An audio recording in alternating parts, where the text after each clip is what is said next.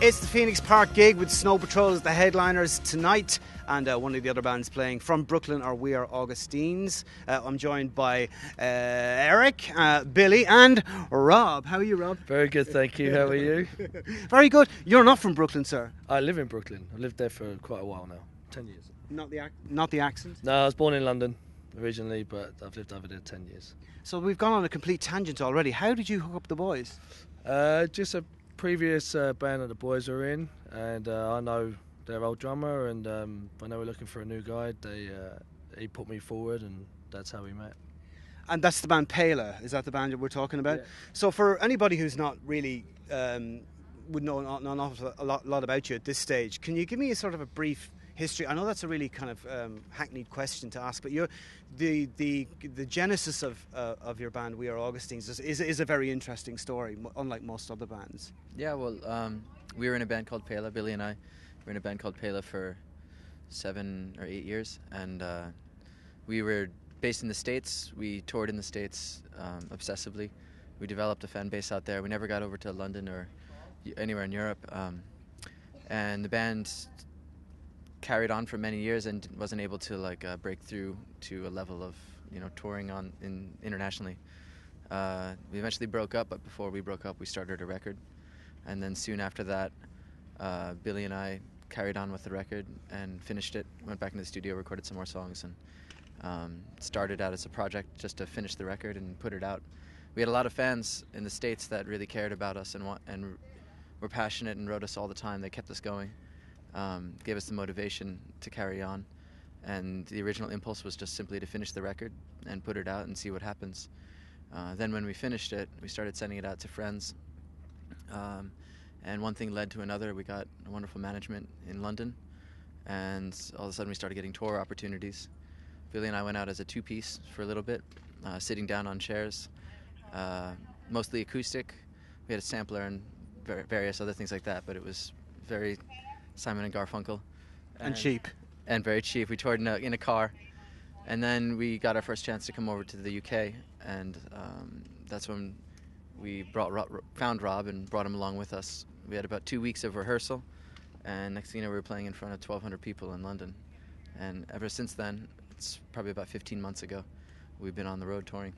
So, the band is not an overnight success, because from what I was reading, you had terrible wranglings with record companies, the usual stuff that lots and lots of bands go through, and that nearly ended it all for you, and you said, right, we've had it with music. But out of the ashes of all that problems came We Are Augustines.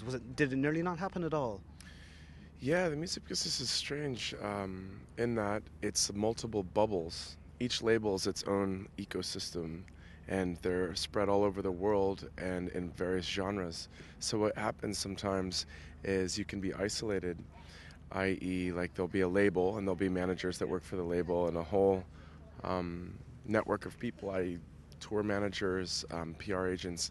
I think we just fell in with a company that didn't last long, and it just wasn't a good fit really, but it was contractually binding, so we were stuck in that bubble for quite a while, longer than we wanted to be, and it nearly killed us. I think there was it didn't kill off our spirit, but it certainly there were people that did not want to see this happen. So we reached out to our community, and we stayed strong, and here we are. Yeah, I was in bands myself, and I've been victim of various record label wranglings and all that kind of stuff. So it really can be absolutely heartbreaking. But here we are today, which is fantastic. And you've been to Ireland before, but just before we started filming, Billy, you said that you tell me yourself. No, I lived here. I lived in Cork for a while, and it's meaningful to me for a lot of reasons. But why did you end up in Cork? I'm a McCarthy, and it was very important to my grandfather to tell me about Cork, and he came here quite a bit before he passed in the last part of his life.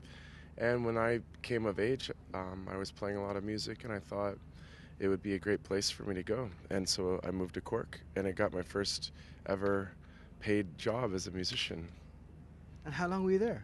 I was there for about under 6 months. So We Are Augustines, I can confirm, are actually an Irish band from here on in, ladies and gentlemen. Just like you two. Just like you too, yeah, exactly. And somebody else, the Corrs. You probably don't know those guys. Anyway, but Europe has been very good to you guys, hasn't it? Has it been better to you than the States has? Or have they, like the UK, Ireland and the rest of Europe, embraced you much more than you have been at home? Oh, that's something we debate in the van a lot right now. It's hard because the States are such a large country and there's so many different pockets of communities and people. So in certain areas of the States, we do really well. In other areas, well, like many bands, no one even knows who they are. It seems the general consensus is we started in the UK, touring over here, and we've been playing a lot of shows there and developing pockets all over the UK, and it's been going incredibly well, but it's all very tight. You know, it's a 2-hour drive to any venue. In the States, you can drive 12 hours to get to a venue, and you can imagine the entire community changes at that point. Because I remember the statistics for like the Flaming Lips or Mercury Rev, they are bigger in Ireland than they are in any other country per head of capita. Didn't know that. For those kind of bands. So bands like yourselves can do very, very well in Ireland. Isn't Steve Earle very popular in Ireland? Steve Earle? Yeah. Oh, yeah. I've heard he does like really big rooms here, but at home he's sort of, I mean, depends on what city, but sometimes he doesn't play big. So is Garth Brooks, but we don't really talk about that too. Anyway, listen guys, I won't keep you any longer because you've got, you know, all those ladies and all that bits and bobs and stuff happening in your dressing room that I can't talk about because this is for under 18s as well. But may I wish you the very best of luck with the gig tonight, and look forward to hearing more from you as well. Thank you very much.